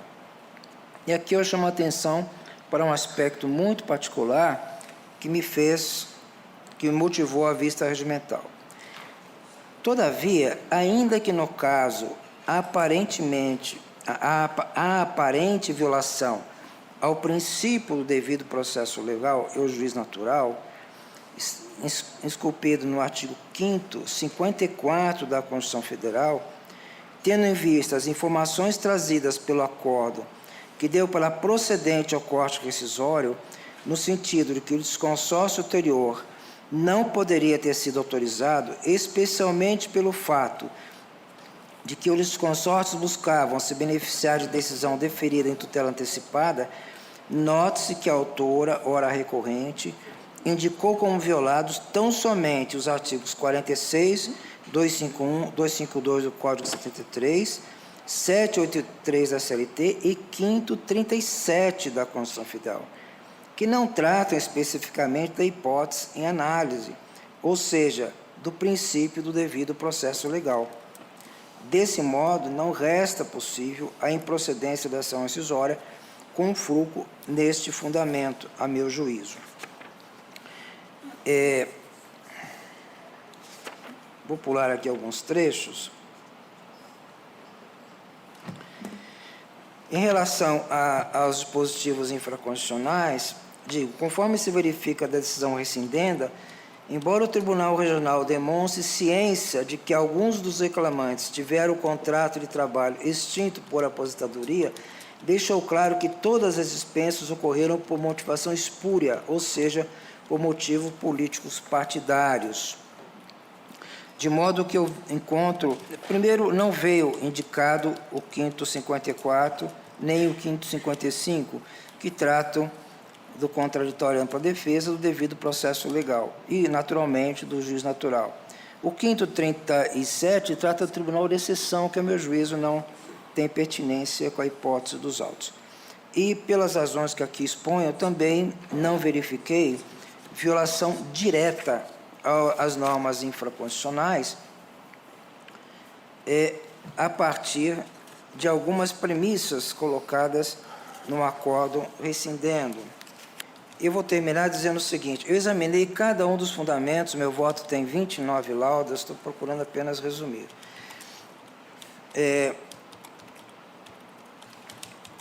Eu digo o seguinte: embora o Tribunal de Origem destaque que a grande quantidade de litigantes em desconsórcio ativo consistiu em manobra processual que prejudicou o exercício da ampla defesa e foi determinante para a obtenção do resultado que favoreceu a todos os litigantes, tal premissa, a meu juízo, não há como prosperar diante da realidade fática dos autos.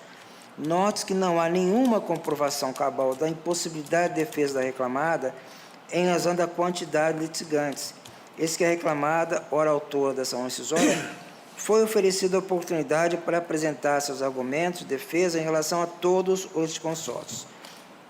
Tanto é verdade que, conforme exposto pelo ministro relator, aspas, a Corte de Origem quando julgou o processo matriz, apreciou o fundamento da autora da presente ação de que os empregados se encontravam em situações fáticas diferentes. Fecho aspas. Entretanto, ao analisar os fundamentos da reclamada na ação principal, foi-se dado mais importância ao fato de todas as dispensas terem ocorrido por motivo político partidário, não havendo que se falar, a meu juízo, em dolo da parte vencedora, em detrimento da parte vencida, a qual exige prova inequívoca de sua existência, não se podendo basear em meras posições.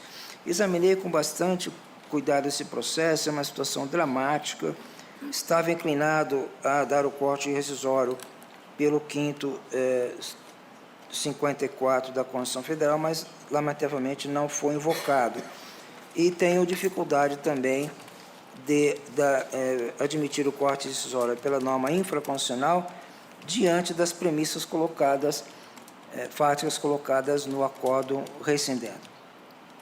Então, respeitosamente, eu reconheço que fiz um esforço muito grande diante da dramaticidade da questão para divergir de Sua Excelência, mas não logrei êxito. De modo, senhor presidente, eu estou acompanhando o relator. Relator.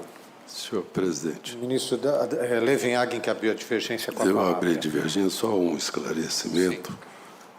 Eu me deixei, e eu disse claramente, totalmente perplexo com o fato de um reclamante ter ajuizado uma ação, 168 terem ajuizado ações em separado, quando esse que ajuizara uma ação e obtivera a antecipação de tutela, aqueles outros desistiram de suas ações e se habilitaram, não existe isso, se habilitaram nessa ação matriz em que se obteve a antecipação de tutela.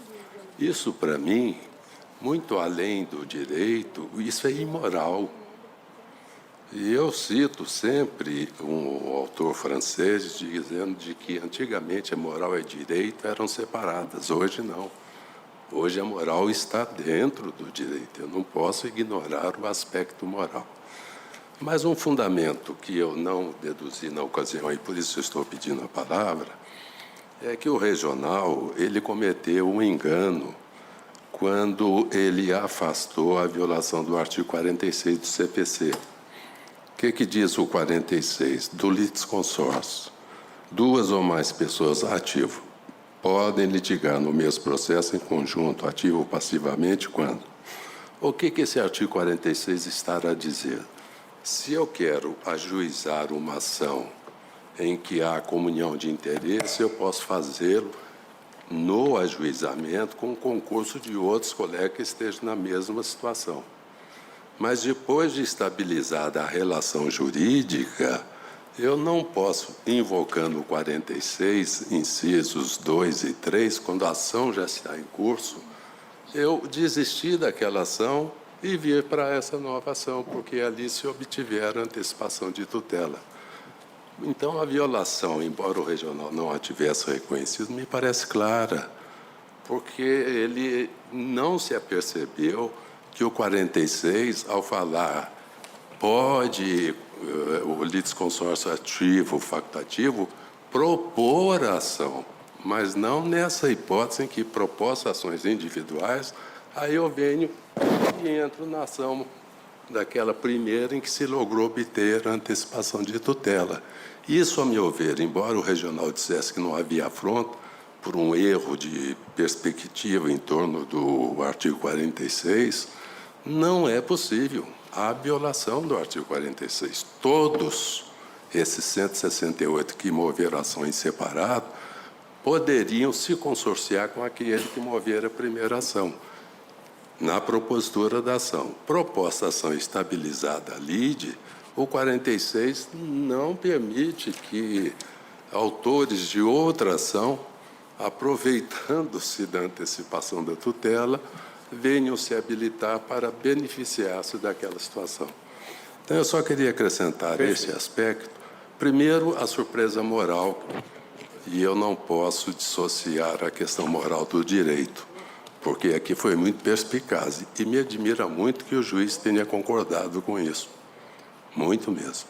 E segundo, que o 46 é para a propositura da ação. Uma vez proposta a ação por um, eu não posso admitir que outros, que não foram aqueles que concorreram na primeira ação, venham se habilitar nessa ação. Por isso que eu entendo que, a par do aspecto moral, que para mim é relevante, entendo que houve violação ao 46. Apenas essa consideração, senhor presidente. Então, vou tomar votos. Ministro Adelaide, como vota Vossa Excelência? Senhor presidente, ontem eu recebi em audiência o procurador, o doutor Aldi, que levou o memorial, e eu tive condição de novamente analisar a matéria através do memorial de Sua Senhoria, mas eu estou pedindo vênia e acompanhando o voto do relator. Perfeito. Ministro Adelaide. Ministro Douglas. Senhor presidente, a matéria é complexa, sob vários ângulos, e o que me gera agora a dúvida é acerca da circunstância de que o regional afastou a violação do 46 e a empresa não recorreu, ou seja, figurando como recorrida, e esse fundamento autônomo, independente, não foi esgrimido por ela, sucumbente, nas razões do seu recurso ordinário. Não foi. Foi sim. Ela invoca 46. O recurso é só dos trabalhadores, na rescisão. Ela é recorrida, ela não recorreu. E esse fundamento, ela sucumbiu. Então, não haveria aqui o efeito devolutivo em profundidade, porque é uma pretensão independente, singular e autônoma. Vossa Excelência tem cuidado. Senhor presidente. Então Vossa Excelência acompanha o relator, é isso? Isso. Tá Ao eminente ministro Barros. Ministra Malman. Senhor presidente, eu acompanho o relator e, em relação, endossando os argumentos já trazidos em seu voto. É uma matéria complexa e no caso aqui, eu ainda teria que, se fôssemos entrar no mérito, ainda traria para reflexão o artigo 842 da CLT. Ministro Emanuel. Senhor presidente, eu vou pedir vênia a divergência e vou acompanhar o relator. Ministro Vieira de Mello.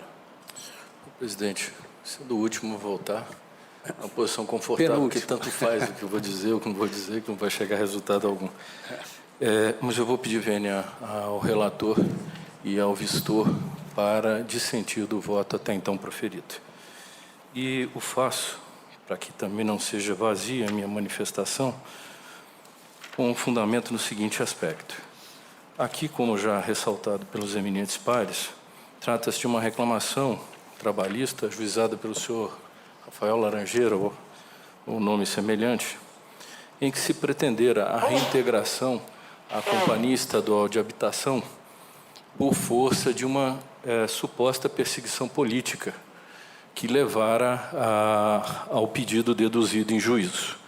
Portanto, inaudita altera par, houve a concessão, na situação fática deste reclamante, do pedido de reintegração. Ato contínuo, 168 petições fracionadas foram ajuizadas, foram opostas a essa ação, pedindo que os efeitos daquela antecipação de tutela alcançasse esses empregados que teriam o mesmo fundamento. Há uma certa dissensão, porque o tribunal diz no voto, e a relatora o faz, que havia diversidade de pretensões.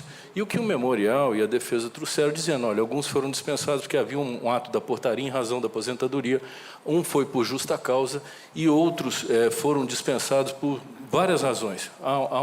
É inequívoco que são várias as razões que permearam as dispensas, inclusive com alguns reclamantes desistindo de ação para ingressar na ação que for aposta.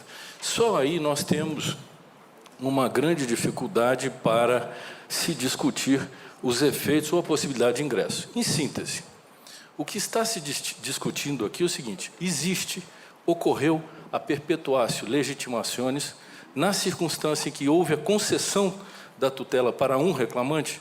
Se houve a perpetuatio legitimationis, não haveria possibilidade de ingressar qualquer outro empregado. Então, isso é tranquilo que, antes do ingresso do réu no processo, a demanda pode sofrer alterações subjetivas e objetivas. É o que se chama de mutatio libelli ou emendatio libelli. Ou seja, até a citação do réu. É a regra geral. Tanto assim que os dispositivos do CPC de 73 e o atual vão falar de possibilidade de alteração da causa petente do pedido. E se reservava no anterior ao 41 e ao 264 a questão que envolvia a legitimação subjetiva. Mas a pergunta do presente processo é a seguinte: quando ela se estabiliza? Quando ela se estabiliza? Porque se ela se estabiliza no momento em que eu concedo antecipação, ainda que não haja citação do réu, eu não poderia mais aceitar a integração, porque eu violo o juízo natural, a violação do juízo natural. E a meu juízo, 37, o 5º 37, diz respeito ao juízo natural. Tanto que ele fala juiz natural e tribunal de exceção. Tribunal de exceção é consequência do juiz natural. Ou seja, ela é uma decorrência da violação ao juízo natural. E o dispositivo foi propriamente invocado e essas razões foram trazidas no recurso. Porque se diz no recurso, houve violação do juízo natural. E é isso que está a se discutir.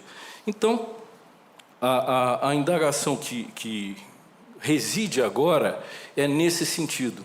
O fato de eu conferir a antecipação da tutela impediria o ingresso dos demais, porque haveria um aproveitamento dos efeitos da sentença, evitando a possibilidade de defesa a ser produzida pelo réu.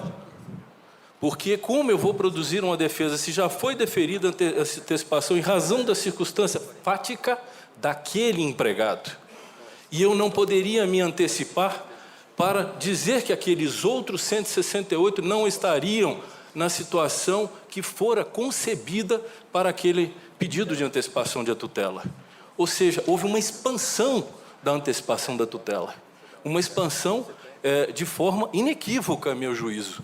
O juiz natural ficou ferido, porque se cada um entrasse com a sua ação, as ações não seriam integrante endoprocessualmente o mesmo processo, mas haveria conexão de todos os demais processos com aquela ação. Conexão.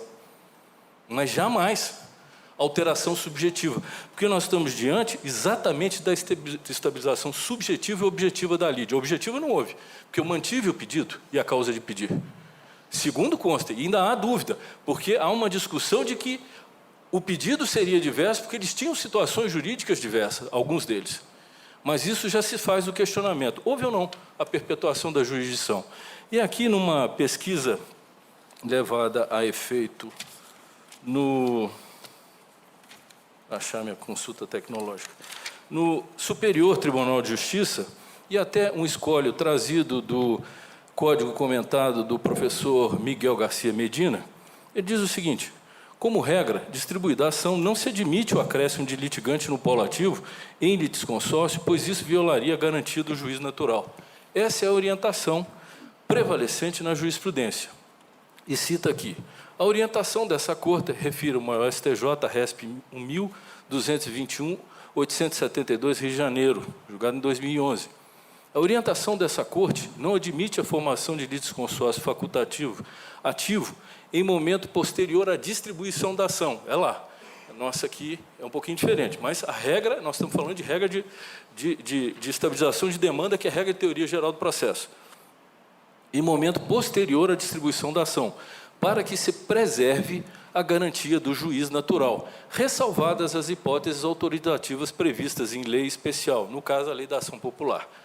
Em outra decisão, disse assim: deferida a medida liminar em mandado de segurança, cessa a possibilidade de formação de litisconsórcio ativo facultativo, mesmo que ainda não tenham sido prestadas as informações. A admissão do litisconsórcio após o provimento liminar implicaria violação ao princípio do juiz natural, uma vez que estaria possibilitando à parte escolher o julgador que, pelo menos a princípio, seria consentâneo com a sua tese. Esse me refiro ao RESP 111.885, Paraná, de 2001. No agravo regimental em ARESP 184.951, São Paulo, novo julgado do Colênio do STJ, o artigo 10, parágrafo 2º da Lei 12.016/2009, cuja analogia é absolutamente apropriada para o caso concreto, disciplina o procedimento do mandado de segurança que dispõe: o ingresso de litisconsórcio ativo não será admitido após o despacho da petição inicial. Pois bem, se houve a concessão, se houve o provimento em favor da insassa da circunstância fática de um único reclamante, houve a escolha do juiz. E se assim permitirmos, em termos de precedente judicial, nós estaremos com uma situação complexa, porque, à medida que se concederem tutelas antecipatórias, nós vamos ter, na verdade, uma solução que a ação coletiva, nem o incidente de recurso repetitivo ainda conseguiram resolver, mas ainda que se chegue a uma uniformidade de entendimento. Mas, para a uniformidade, é preciso a preservação da estabilização da demanda, é preciso a observância da perpetuatio legitimationis, e, nesse caso, viola, sim, a meu juízo, e peço vênia àqueles que entenderam de forma contrária, o artigo 5º, inciso 37 da Constituição Federal. Houve escolha do juízo. Então, vota com a divergência. Senhor presidente, só para fazer uma observação aqui em relação aos fundamentos postos pelo ministro Vieira de Mello, não querendo estender a situação para além do que eu já disse aqui, o voto é muito longo, e quando relatei, fiz com a necessária a distrição ao que escrevi, ao que consta dos autos, é que, com relação à violação do artigo 46, ao corte rescisório, com relação aos aspectos postos, artigos 251, 252, 537, o que se sustentou na ação rescisória é que as situações de fato relativas aos trabalhadores não era a mesma. E esse foi o fundamento. Não houve, na decisão rescindenda, por esta razão, imagino, pronunciamento quanto à pertinência ou legalidade da formação do litisconsórcio ativo ulterior. Por isso, eu fiz questão de firmar no meu voto, e negritei, que tomo por base exclusivamente consta a decisão rescindenda e os limites da lide. Só queria deixar clara essa circunstância, para não parecer que eu deixei de analisar algum aspecto levantado pelas partes. E com relação à questão da divergência de fato, Há uma outra provocação, agora sob o argumento do erro de fato, mas o teor do acordo regional revela que essa circunstância foi considerada. É um processo, o ministro Renato o examinou, é um processo realmente delicado, antigo, conturbado, não só nos processos matriz, como na própria ação rescisória. Mas só queria deixar claro que eu não deixei de apreciar esse aspecto, apenas entendo que ele não integra litis contestatis. Senhor presidente, um esclarecimento sobre Só uma questão. se for questão de fato. É uma questão pertinente ao acórdão rescindendo, portanto. Embora o voto, como o eminente ministro relator afirmou, seja extremamente superficial na avaliação da questão da violação ao 5º 57 do juízo natural, a declaração de voto que explicitamente aborda essa questão do voto vencido. Ela está página 87 e 92 dos autos. Perfeito. Então, cabe-me votar. O interessante que me lembrava, depois do ministro Levenhagen relembrar a situação fática e o ministro Vieira de Mello Filho colocar tanto essa preocupação que foi até de reforma anterior do Código de 73, a reforma de 2001, já colocou no artigo 253, aquele inciso segundo, dizendo que, em caso de desistência, ficava prevento o juízo. Quer dizer, não se pode escolher o juízo. Eu sei que há determinado juiz que pensa como eu gostaria que fosse decidida a minha ação, eu vou entrando, que era a prática antes de 2001, era a prática, e entrando, desistindo, até cair naquele que você queria. Então, era um desrespeito ao princípio do juízo natural. O que acontece? A situação fática é exatamente essa. Há um litisconsórcio, uma série de substituídos, entram com uma ação, quando um sozinho consegue a antecipação de tutela, vem todo mundo migrar para esse processo. Vai contra esse princípio, que foi bem lembrado pelo ministro Vieira de Mello Filho, um princípio basilar da jurisdição, que na reforma de 2001 foi colocado explicitamente impedir esse tipo de manobra. O que nós verificamos aqui, exatamente esse tipo de situação. Então, pedindo a máxima vênia ao relator, eu vou acompanhar a divergência. Senhor presidente. Ministro Douglas, com a palavra. Apenas de maneira muito breve para dizer que nós estamos julgando uma ação rescisória que observa contornos técnicos muito singulares. Sim. E para que não pareça que nós estaríamos, ao rescindir a coisa julgada, coonestando uma situação absurda, moralmente censurável, e ainda considerando o aspecto de fato referido da tribuna, eu gostaria de solicitar a Vossa Excelência a retirada do meu voto e pedir vista regimental com notas taquigráficas. Então, desconsiderado o voto do ministro Douglas, fica Sua Excelência com vista regimental. Senhor presidente, ministro Renato. Ministro Renato. Embora já tenha votado, fiz um exame minucioso daquilo que compreendi dos autos, mas eu penso que, em razão da vista regimental do ministro Douglas, a matéria fica em aberto. Sim, qualquer um de nós pode refluir. Então, eu faria dois pedidos a Vossa Excelência. Sim. Primeiro, notas degravadas, sim, até para considerar os fundamentos do ministro Vieira de Mello, sim, e que esse processo seja excluído de pauta quando eu estiver presente. Perfeito. Isso eu peço à doutora Adriana que registre para não colocar quando Vossa Excelência estiver em correição. Muito obrigado.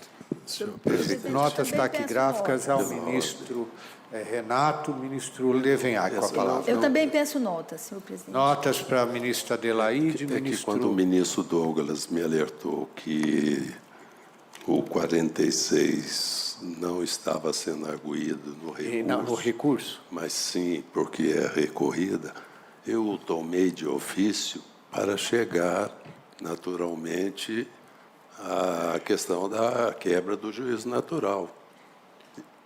Porque, de fato, convenhamos, eu não posso ignorar que houve alusão ao 46 e eu preciso levar em conta para dizer que se estava a escolher aquele juízo e que, afinal, 251 também.